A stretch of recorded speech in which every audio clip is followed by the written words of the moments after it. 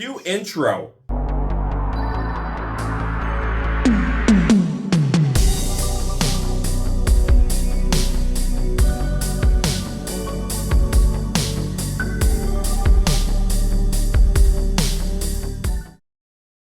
And intro done. Great. That was fantastic. So, love that. Before we dive into the question I have for us, Christian, we have a sponsor. Want to tell what the sponsor is today?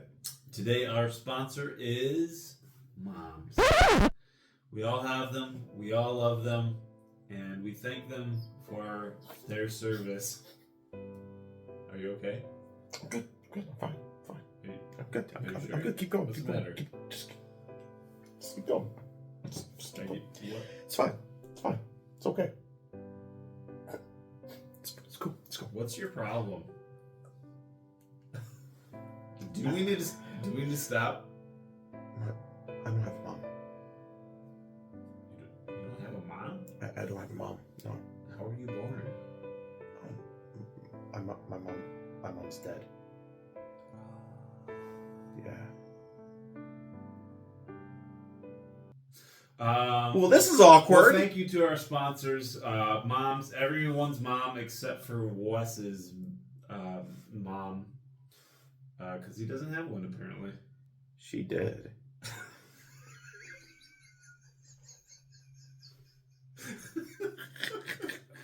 Welcome to the show of the Deep Fried Wizard. I love you, Mom. R.I.P. Catching the flip side. I sometimes I want to fake that I'm dying and lay on the ground like, Mom, is it you? I actually, quick before I ask you the question, there was an old friend of mine I haven't seen in years. My mom passed away, obviously, and it was like maybe 2 years went by, and he asked me, it's Mother's Day, we're at church, and he goes, so, hey, Wes, what did you get your mom for Mother's Day?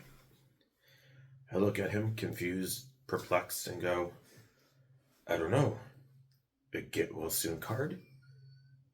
And he goes, oh, dude, I totally forgot your mom's dead. I'm like, how could you forget? You're one of the few people I called when it happened. Right. People are stupid Slipped sometimes. his mind. Okay, I mean, that's a big thing to let slip your mind. That's like me forgetting you have 2 kids. Like, you got kids? When did that happen? Sometimes I like to forget that I have them. When you lock him in the basement here, like, Dad! I don't even I was just scratching the door like, man, it's nice to be You're just skipping on the street like, la, la, la. Oh, I should do that. Probably get copyrighted. But my question for you is,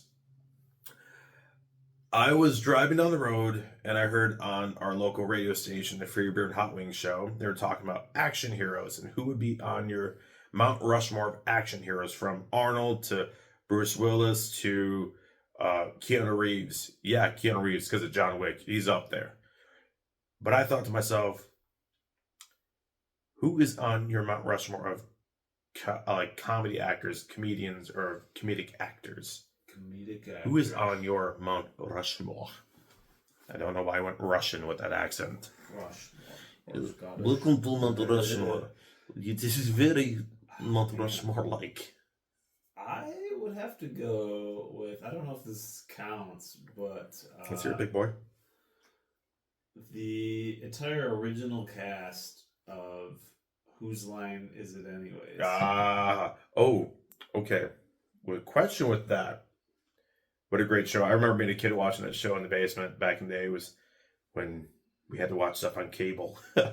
But are you saying, of course, Wayne Brady, Colin Mockery, Ryan Stiles, is it Drew Carey that's your 4th one? Or is it one of the rotating cast members? Oh, that's a good question. I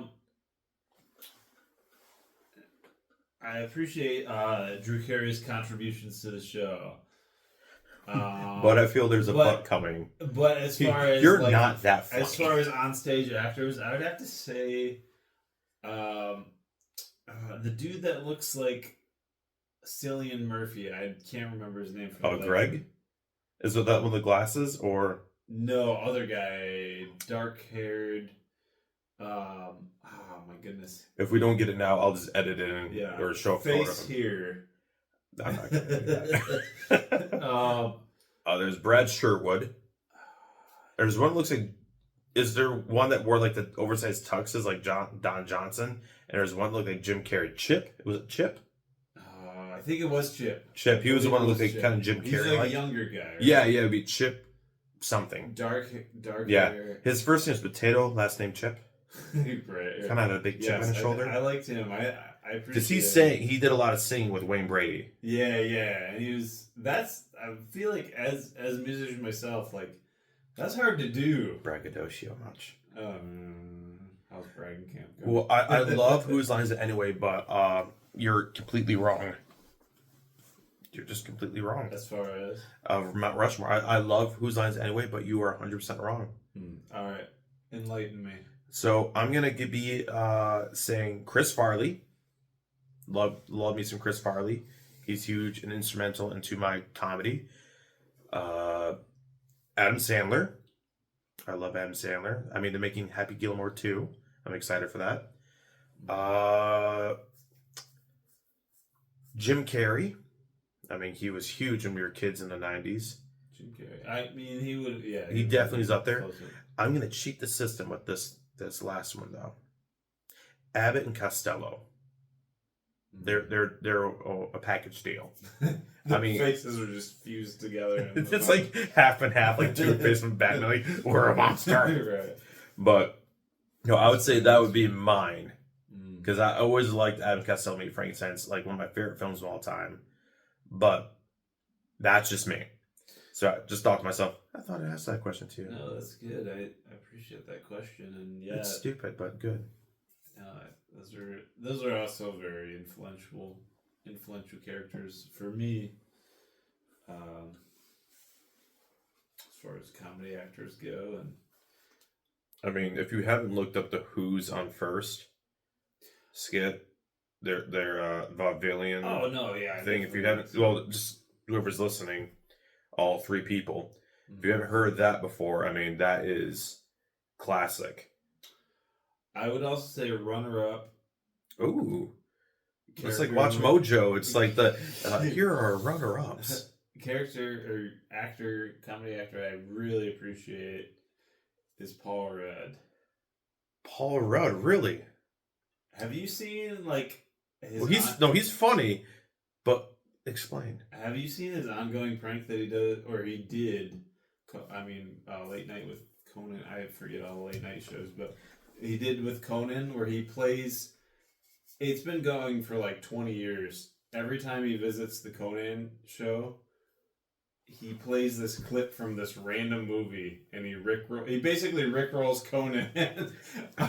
Oh, like so they're saying like, "Hey, we have a segment from your new movie coming out. Yeah, Avengers exactly. Endgame. Let's see what we got here." And they're gonna let you down. All of a sudden, a movie shows up that's not his. It's this weird clip from this kid. It's like a kid in a wheelchair, and he's like rolling down a hill, and then he falls into like a lake or something. It's super random. I don't even know what it's from. If we can find it, I'll try to insert it into the podcast if we can find it. I just appreciate his out of context humor, and he seems very relatable as far as like a comedic actor goes. I do have another runner-up myself. Then we're out of time. Sorry. Yeah, and cue exit music.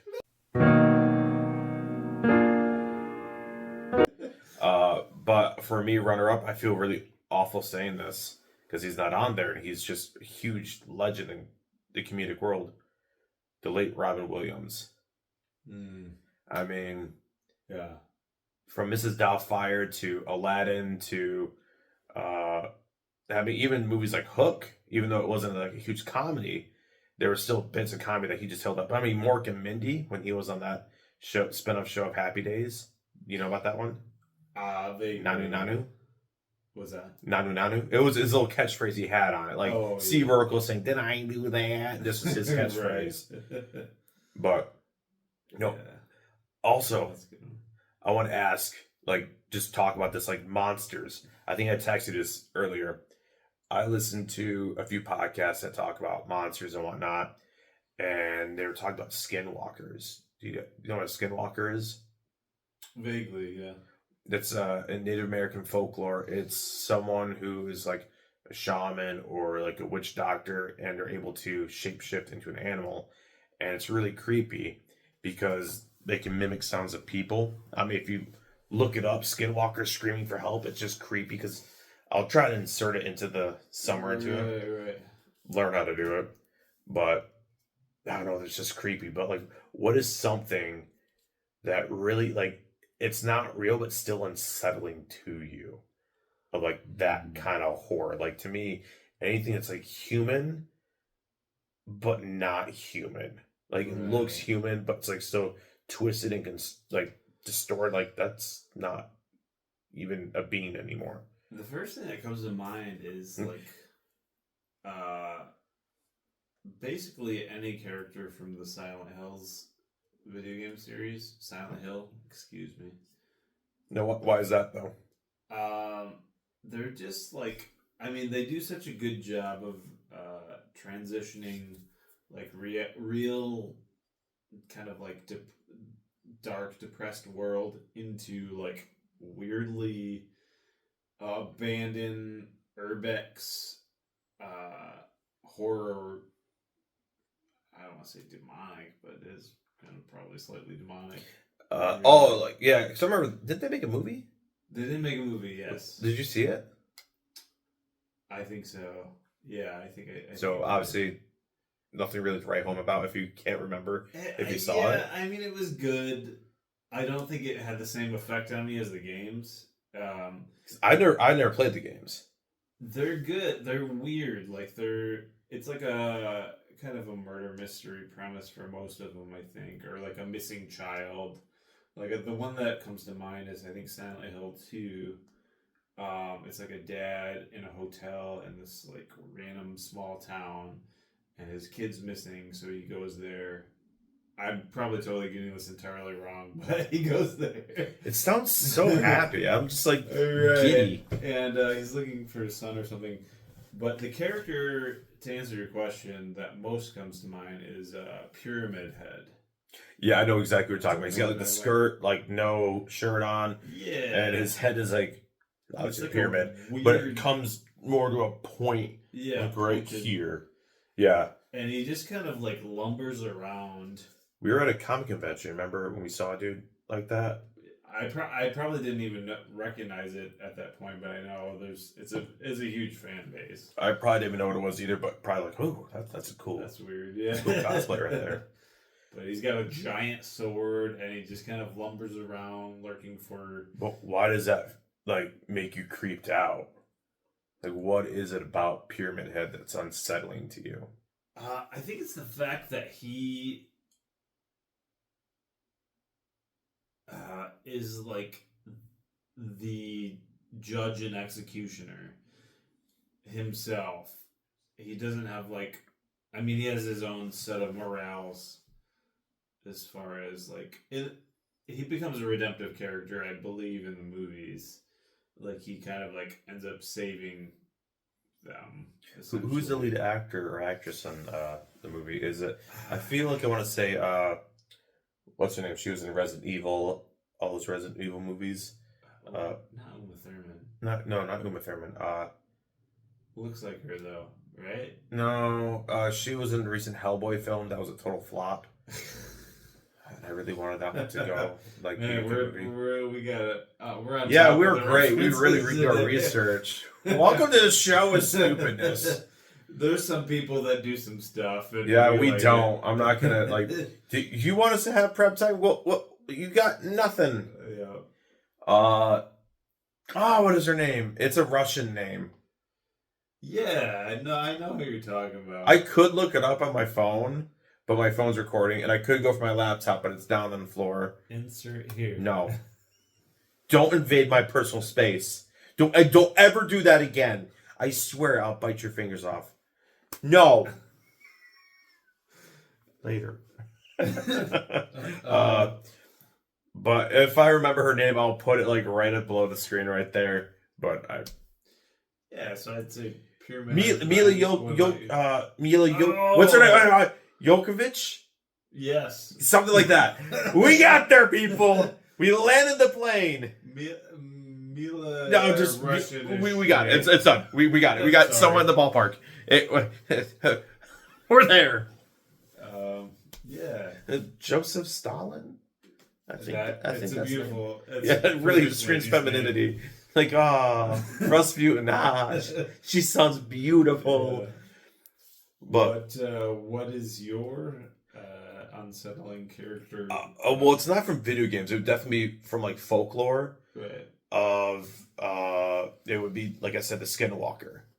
There's something about it, like anything that pretends to be human to trick its prey is so creepy to me.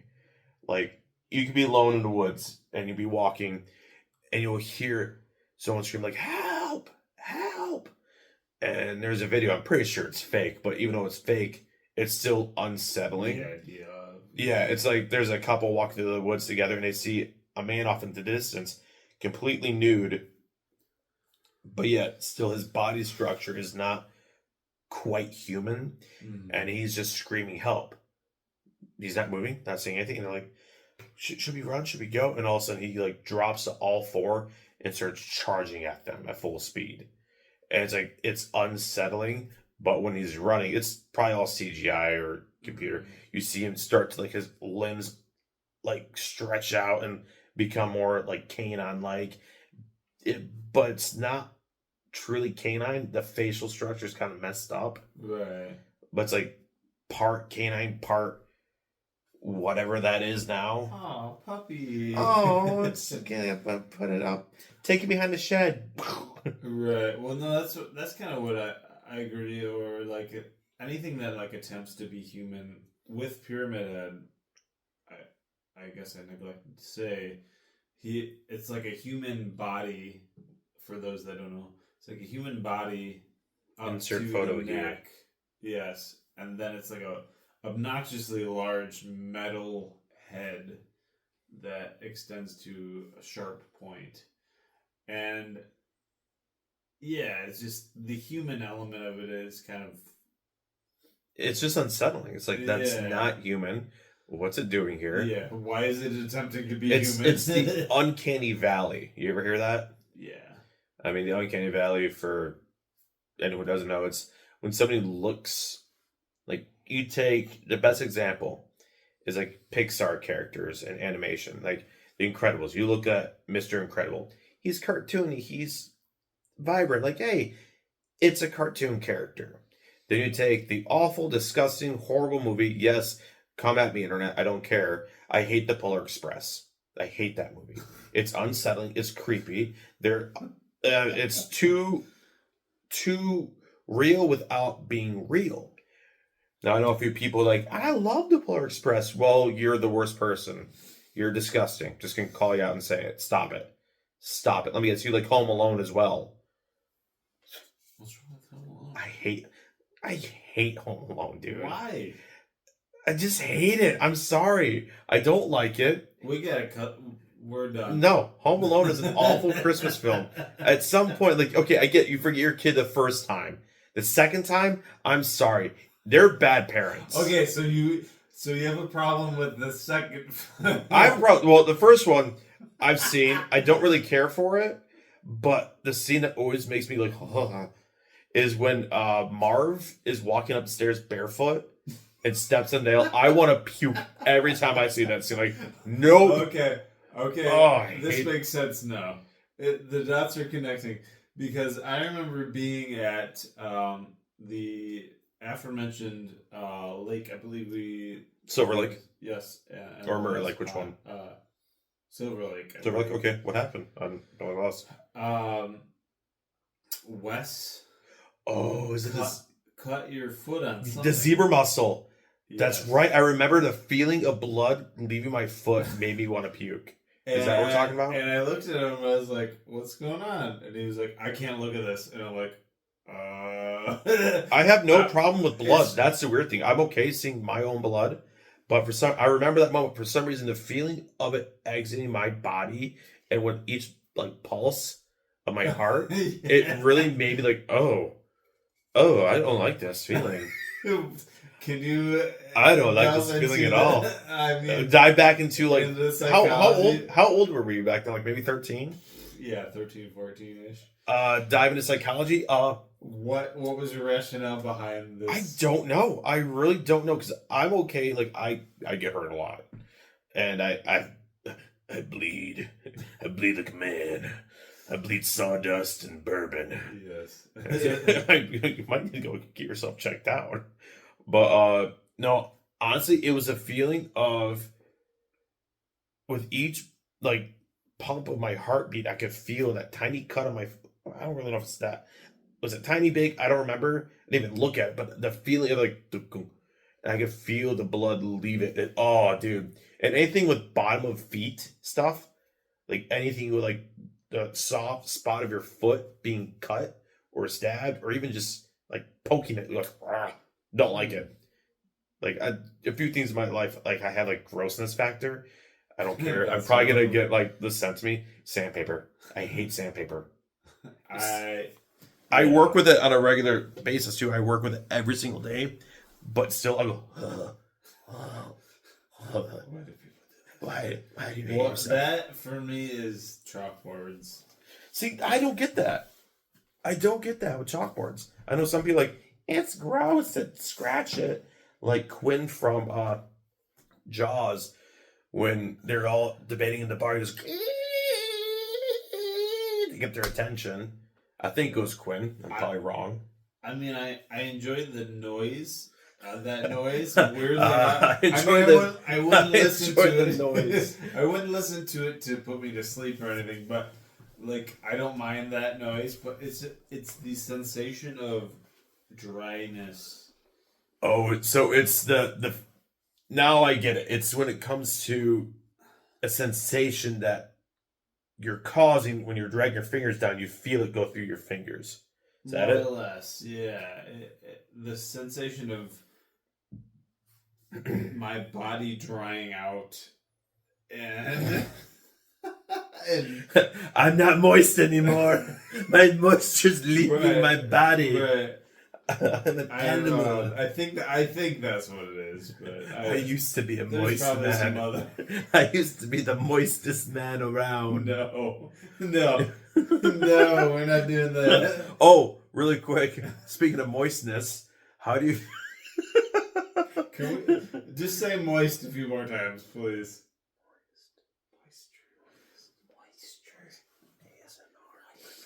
I hate those ASMR videdos where like they'll come at the camera like, oh, here's the sound of fingers. Too late. It's so unsettling to me. Like, why? Why do you? Well, no, they also whisper. But when they whisper, they have like that sound of spit in their mouth. Like you get.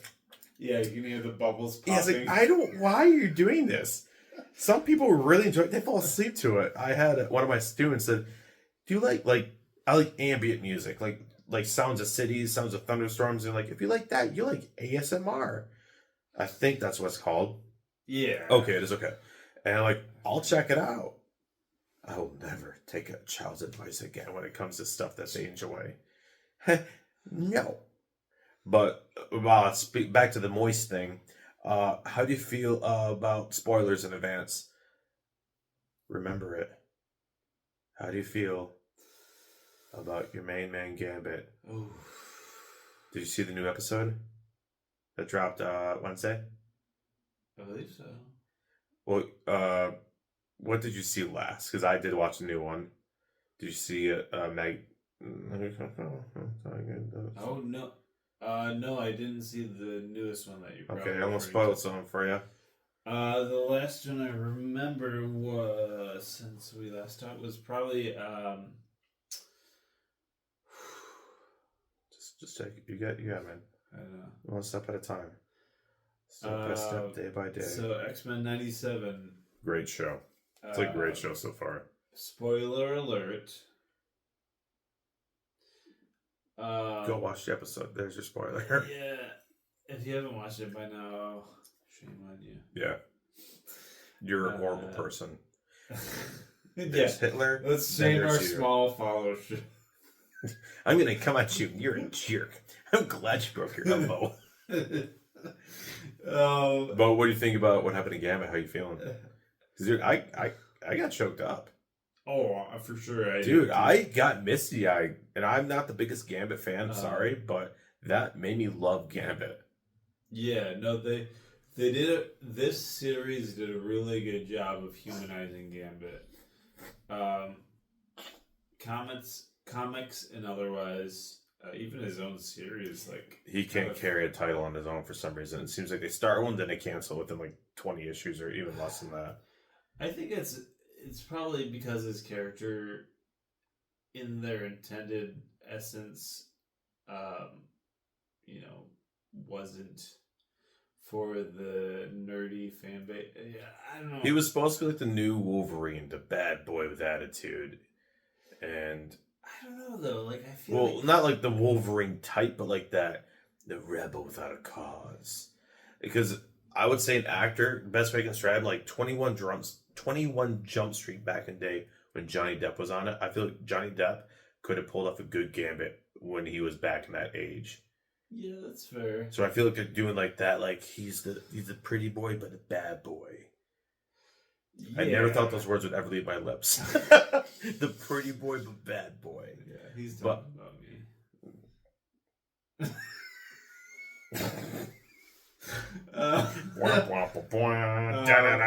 No. Anyways. So yeah, how'd you feel about Gambit? Just tell to our 3 viewers what happened. So Gambit, so Genosha was supposed to be the paradise. Genosha, get it right. What did I say? Genosha.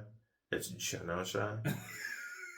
Get your nerve facts right there. I Midwesterned it. It's oops, sorry. Genosha. You just said it again the same way. You said Genosha the first. That's how it's supposed to be. No, it's Genosha. No. Anyways. Is it turd M? M? M? Yes. It's Asteroid M. Oh, we gotta bleep that. I didn't mean to sound like the asteroid M. Alright, anyways. Long story short.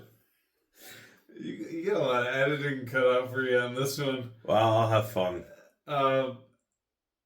So Genosha. Yeah, go ahead. You say it. Genosha. So we'll just edit. You just point to me. I'll just say the word.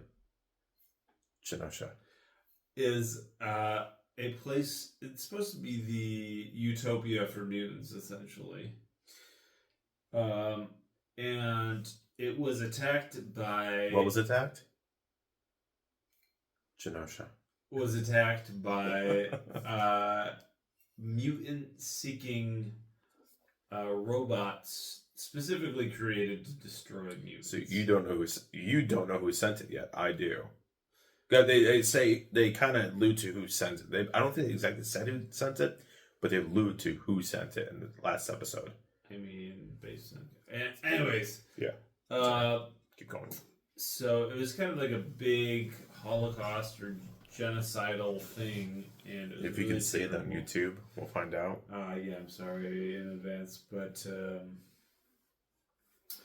the long and short of it was Magneto and my favorite character, Gambit, sacrificed themselves to save the entirety of the Genosha. Yes. Well, how'd you feel about Rogue doing Gambit dirty like that at the end? I mean, for those who haven't really read the books, at some point, Rogue, who is Gambit's love interest, has feelings for the Master Magnetism, Magneto. They fall in love, I believe, in the comic books as well as a TV show from the 90s. They fall in love in the Savage Land. That is a land underneath Antarctica that still is a Jurassic World, Jurassic Park kind of vibe. It's still dinosaurs, cavemen, and all that jazz. Very comic booky stuff, drawn by Jack Kirby at one time. An amazing artist. Probably my number one artist of all time. It's okay.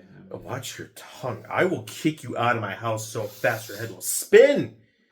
You'll spin like an owl. Jack Kirby. You're like, who is that? I honor you, Jack Kirby. Carry on. But like I was saying, how do you feel about Rogue doing Gambit dirty like that? Because she had romantic interest in Gambit and Magneto. In that episode, what happened? So as far as that whole romantic experience goes, I really related to it, because women. That's it. That you know, sentence ends. Women. Because and we get canceled. Right. We're two white straight males. We're canceled. Yeah, we should have been canceled a long time ago. Yeah. No. 32 years ago, I should have been canceled. Oh man. Way to go, Johnny. You screwed up. You had one job. Not to get pregnant. Mother's Day. It as far as the show and the storyline goes, it was great because it added tension. And yeah. It really put high stakes, like, oh, wow. These characters could die. Right. And, you know, it added tension as far as, like, the characters really care about each other. And it's a real sense. If you've ever been in a relationship, hopefully you have. Unless you're a child. Then, first of all, if you're a child, don't be watching this. Right. Don't watch this. You're going to waste, your brain's going to rot. Yeah, don't. Go to school. Don't attempt anything we talk about here. So, arson! Let's talk about that. No, that's not. But anyways, so Gambit was essentially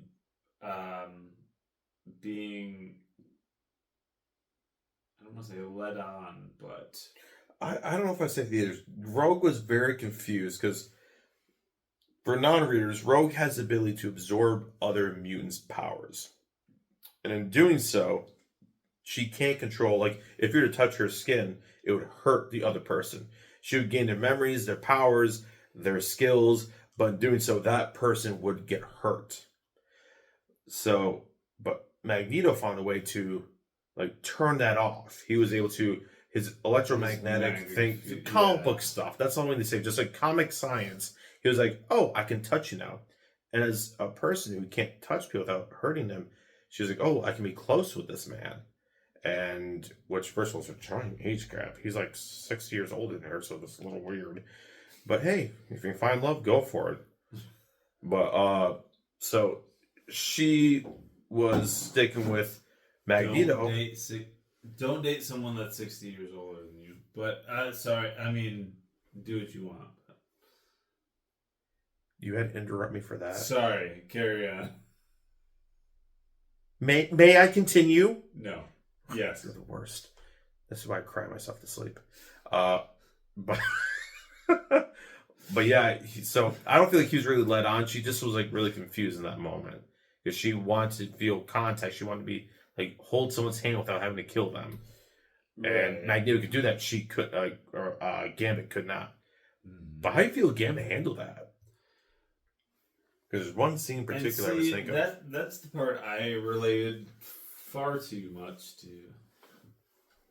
It's the entire thing of like you want to be with someone, but you're unable to because they're just kind of on a different level and a different plane, and they deserve, you're here, they're there. Yeah, and they deserve someone different than you, no matter how much you love them.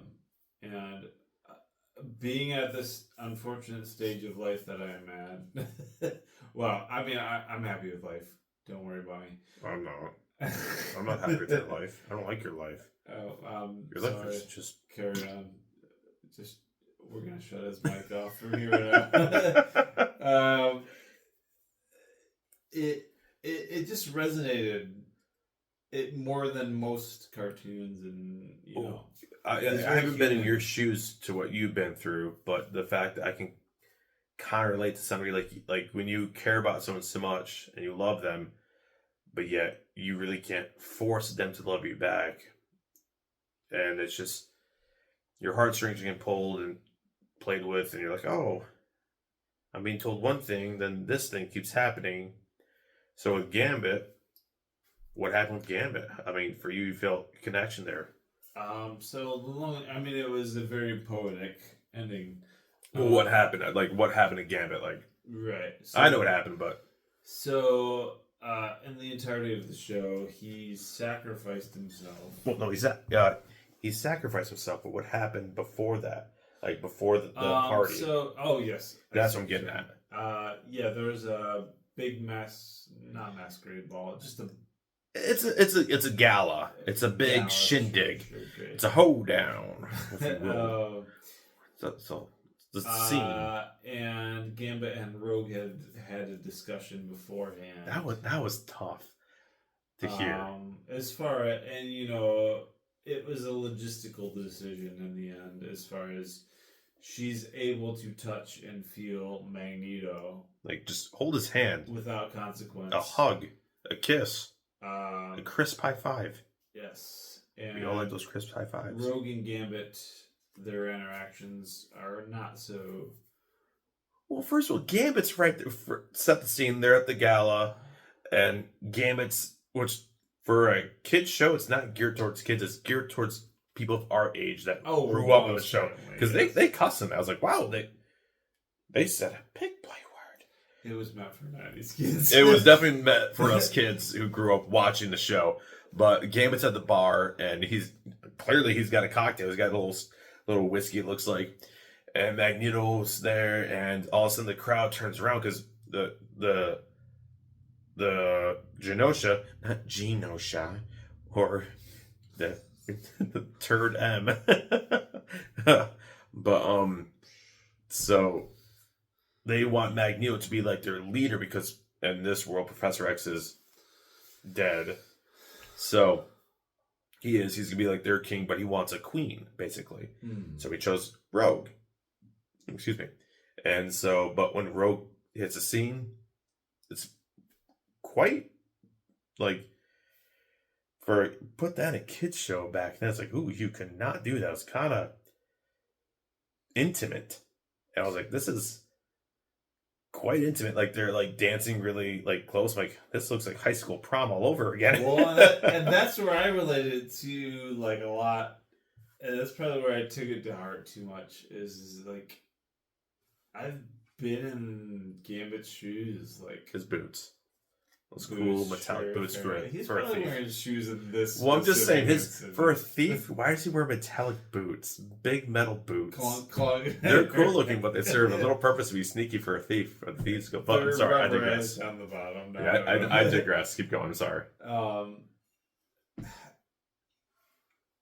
know. I feel like when I was younger, my girlfriend at the time was prom queen, and she had to dance with, and this sounds more intense than it probably means. Well, when you're that age, like high school, it was a big deal for me. Was it who I'm thinking of?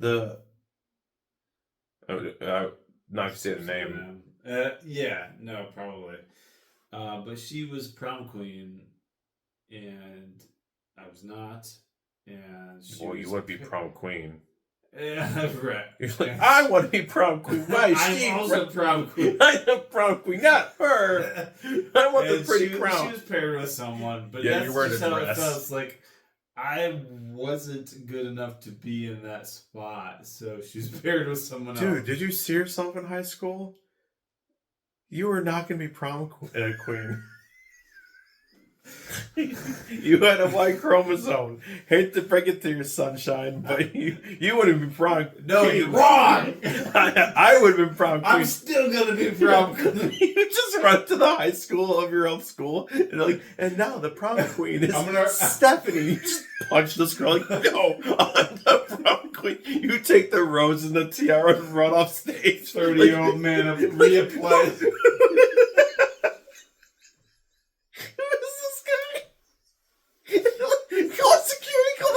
And like, look Local news: 30-year-old man Christian man died arrested for punching a 17-year-old girl in the face, claiming he's the prom queen. I'm prettier than you. They're putting in the back of the cop car like, I'm too pretty for jail. Yeah. Are you serious, officer? Oh man. Oh, what are we even talking about anymore? You get in your cell. You're like, you walk up to the biggest guy. You punch him. I'm the prom queen. And you're my date. You're my prom queen. You're the prom king. I own these cells. Oh, back to the original thing. So you fell in Gambit because you were pretty enough to be the prom queen because your girlfriend at the time was prom queen. Oh my gosh, my kidneys. Yeah, that just kind of came out. Anyways, yeah, so it was just really.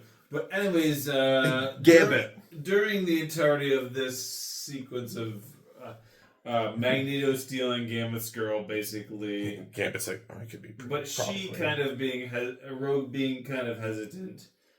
A basic genocidal attack. It was. It was crazy. And they did a good job of portraying that. I don't know if it was social commentary or not, but these Sentinels, it was a pre-planned attack. Well, it was like a full-on kaiju Sentinel. I think it was a typical Sentinel. Well, there was a lot of like OG Sentinels, and then there's but there was a massive one, like the Caterpillar one. It was like, holy shnikes. Yeah, that's the one that Rogue and Gambit.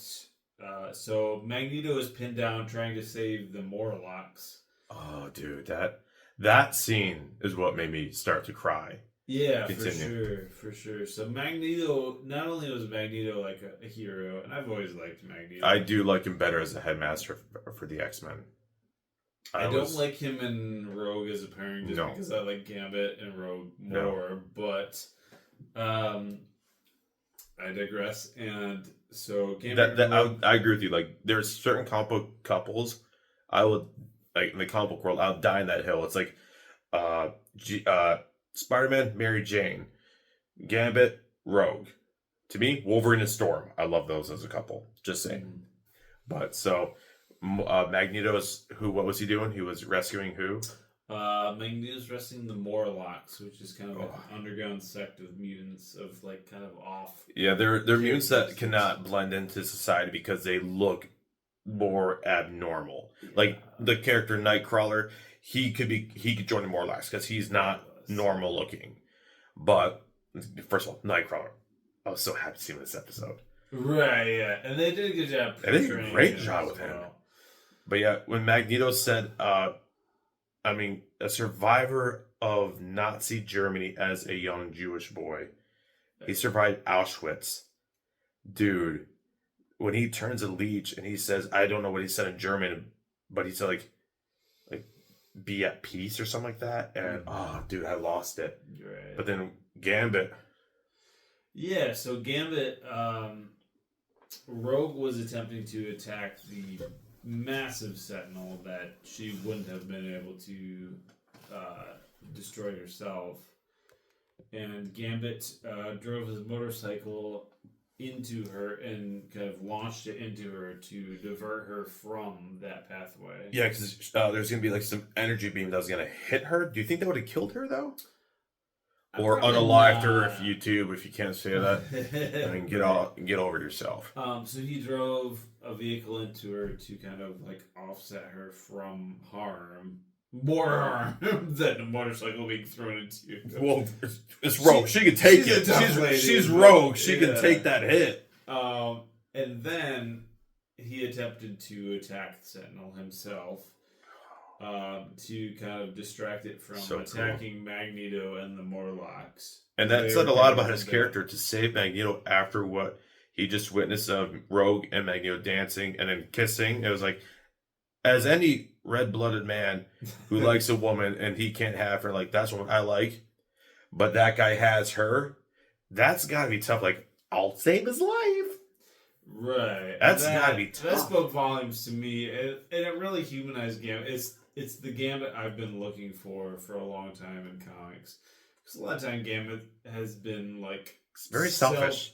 Self-servient, if that's a word. Yeah, I that's why I didn't like Gambit. Like they always wrote him as a selfish character. Like I want to do what I want to do. And if it doesn't help me out, I'm not doing it. That's my best. That's my best Louisiana impression. That's terrible. But the bayou. In the long short, so he's going up to attack this giant tri-sentinel, and the sentinel catches him off guard and stabs him with it's like a tentacle. It was like a sharp tentacle, like Omega Red style. And I still don't know if he was prepared for it or not, but it said mutant terminated, I believe. I don't remember it said like termination of mutant commission or something like that. Yeah, and all of a sudden you see the entire Sentinel being turned, Gambit colored that, plasma, like that pink purple, kind of this crazy translucent, and he says, "It's Gambit. Remember it. The name's Gambit. Remember it." And it just blows up the entire thing and basically stops the genocide of the mutant people there. I don't know if we could say genocide, but we could bleep that out if we need to. So I feel like YouTube's gonna block it, but who cares? Right. And but what Rogue says at the end, dude, when she's that's what really because she's holding Gambit's body, and she goes, "I can't feel you, Sugar. I can't feel you," because she doesn't have her gloves on. Like the scene where Nightcrawler gets hit and she wants to help Nightcrawler, but she realizes she doesn't have her gloves on. It's like, whoa, it hits you. But one good thing about this show, like, I love the character Wolverine. He's my favorite character in Marvel and superheroes. Wolverine's my favorite. But I like how they're not using him in the show. I really appreciate we're taking a spotlight off Wolverine for a second and putting on characters that deserve to do. Like the first episode, Cyclops. When you saw him fight, like, that Cyclops. That's the Cyclops in the books that we want to see, where he's blasting people in the cool movie. He hits the ground and he slides as like this cool back kick. That's Cyclops. But I'm sorry, they got the original voice actor for Wolverine back from the 90s. The dude should not come back. I'm sorry. He sounds horrible. Rogue, still the same voice actor for Rogue. Once in a while she sounds kind of bad, but I'm like, oh, she's still pulling off. Wolverine, dude. Hang up the claws, bub. You ain't got it. I'm sorry to say. Oh, no. You don't got it no more. Thank you for your service and the original ones from 94, 92, or whatever. I was 92, I believe. You ain't got it no more, bub. Oh. Come fight him.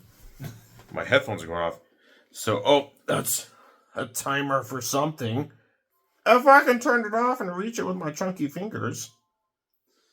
There we go. You cut her off anyway. Well, we've been going about for 47 minutes or something like that. I don't know what yours says. But before we go, I always like to end off like, what's going on with you? What's new? Like anything life-wise? A few things. Yeah, I know. I just most of all kid wrangling, but also I'm applying for some new employment, and hopefully that goes well. This is a very tech-based company. I don't know how much I can divulge, but you have to go work for the president of Apple. That's right. It feels Mr. like Jobs, it. how are you doing today? It's just a gravestone. Would you like some coffee, Mr. Jobs? Right. No, it's definitely a more millennial job than I would have ever seen myself in. So, like, I'm in a tool and die trade, so I work with my hands. I'm like an older generation of people. And that's what I've always done myself. Yeah, I mean, I've been a fabricator for almost 8 years now. Metal fabricator. Well, probably a metal fabricator for 10 years or so. And this will be more white collar work, and I'm not sure how that's gonna look, but I mean, it's been good, and it'll give me a lot more opportunity to be with my kids and this and that, and that's kind of what I'm looking forward to. Kids are gross. Well, exactly. I mean, I wear a mask whenever I'm around my kids. I would just put them in a locked basement. Yeah. Well, they have bubbles. bubbles, like Bubble Boy. Oh yes, definitely. Was that Jake Gyllenhaal who played Bubble Boy back in the day? The boy who lived in a bubble, that old movie. I know what you're talking about. There's John Travolta played one guy, but then they made a comedy spoof of it, like one guy's allergic to everything. Yeah, I think it was Jake Gyllenhaal who played him. I'll have to look it up. I'll probably post it somewhere. Yeah, probably, no, that's what they wear though. They wear those balls. I just put shock collars on them. That they have those as well. Yeah, some bear traps laying around. Yeah, they both have bear traps. Yeah. He's a great father, people. Yeah, great dad. Bear traps. But anyways, yeah. So while they're downstairs struggling with the bear traps, I'm upstairs working. You just hear. Stop! Leave me alone. Yeah, I'm a pretty prom queen. But yeah. So that's what's going on with me. What's going on with you? What's going on with me? I'm sorry, that's all we got today, ladies and gentlemen. That is the deep fried wizard. My mom's dead. How's yours doing? You feel like a big man? All right, you feel like a big man? Go ahead. Carry on. Yeah. How are you doing these? I was doing good. You brought the mom thing. No, I'm doing all right. I mean, just bored. I want something like interesting to happen. I want like something new in life to really kind of happen. Nuclear fallout or something, or I wish we could talk about that. Like the Fallout show. Next podcast. We gotta talk about the next podcast. I couldn't even talk about it if I want. Yeah, you need to finish that or watch it if you haven't. But me, no, just nothing much going on. I mean, what are you excited about? Any potential goals we have a trip for the students in the summer. I got that coming up, but that's a little bit ways in distance.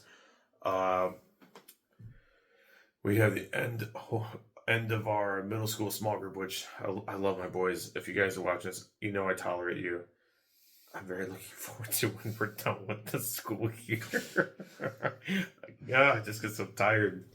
But no, nothing really exciting. Just more looking forward to the podcast. I love editing. I found that out. Editing wizard over here. Yeah. But no. Took my cat to the vet. She pooped everywhere at the vet. Like literally everywhere. That was great. Was it actually your cat or was it you? Oh, half of it. I was prey dogging it at one point. It's like, oh, I gotta go. Where's your nearest litter box if I can borrow one? Wait, so you were worried about your cat pooping? No, so every time I go to the vet, like I went to the vet last Friday. Not for my cat, just for me. I like to go get checked out, stay healthy. It's cheaper than an actual real doctor to examine people. America. You want free health care? We got it, America. Wait in line for 20 years and we might see you if you're not dead. But hopefully you are. It's easier for us doctors if you are. Every time I take Phoebe, my cat, to the vet, she used to be fine in the car. Driving the car, she was always cool with it. But one time we drove past a semi, and the semi, and she crapped right in her cat carrier. Ever since then, when I get to the vet, every time she will poop everywhere. I've gotten to the point where I will take the day off of work knowing that I will have to clean her up for at least 2 to 3 hours when I get home in the shower. Like I will buy a Hanes t-shirt and shorts from Goodwill or whatever. Just go to Goodwill, buy bargain clothes. Like I know full well I'm going to the vet, and when we get back, I'll be holding my cat, like kind of cleaning her off, and I'll just be like, these clothes are going in the trash. And ladies, I am single, okay? Remember that. Remember that. For all negative 100,000 of you watching. I'm a man who can... At least he's cleanly. Yeah, I shower once a month. With soap, if I have it. Speaking of that, what did happen today? Quick, I totally forgot about this. I'll end it off on this. So, I went for a walk, and I'm walking back home because I live kind of in a populated area, and I get into the main stretch of road, And I'm walking by, and this lady drives by. She's maybe about our age, and she goes, "You're really cute." And I go, "Excuse me?" And she goes, "You're really cute." And I go, "Oh, I know. I heard you the first time. I just like hearing it." And she drove off. She was in her car. But I'm like, did I just get catcalled? And I looked at myself in someone's car, like looked at my reflection, like, that woman should not be allowed to drive. She needs glasses. I mean, my gosh, I look like roadkill in a hot summer day in Alabama. She's got a type. She's got a type. You like roadkill Alabama? Mm. But yeah, let's shut her down. That's it. So thanks for watching the Deep Fried Wizard, and thank you for wasting your time with us. Exactly. Ditto. So tell us my goats. Peace.